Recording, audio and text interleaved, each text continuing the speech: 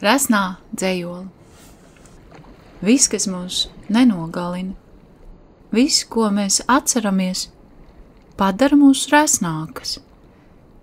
Viss, ko mēs nespējam piedot, padara mūs neiekārojamākas mūsu vīriešiem, kuri grib trauslas sievietes, kuras var pārlocīt ērti, ielikt kabatā, paņemt līdzi ceļojumā, varbūt pat makšķerēt.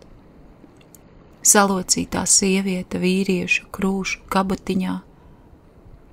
Es kļūstu arvien tievāka, jo atdevu visu kaunu kukainīšiem, kas to vien zina, kā līksmi reaģēt uz saules gaismu, un kurus neuztrauc, ko tas nodara citiem.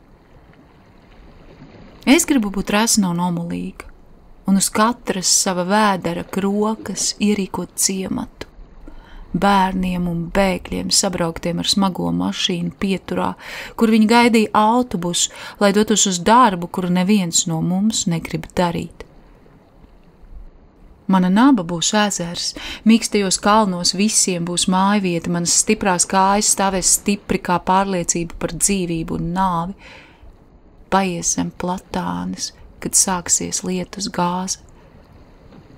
Es gribu būt resna un stipra, nekad es nebadošos, nevingrošu, lai nodzītu riepu, visi man tauki un skaistās miesas, ieloces sargās manu sirdi, tā būs drošībā.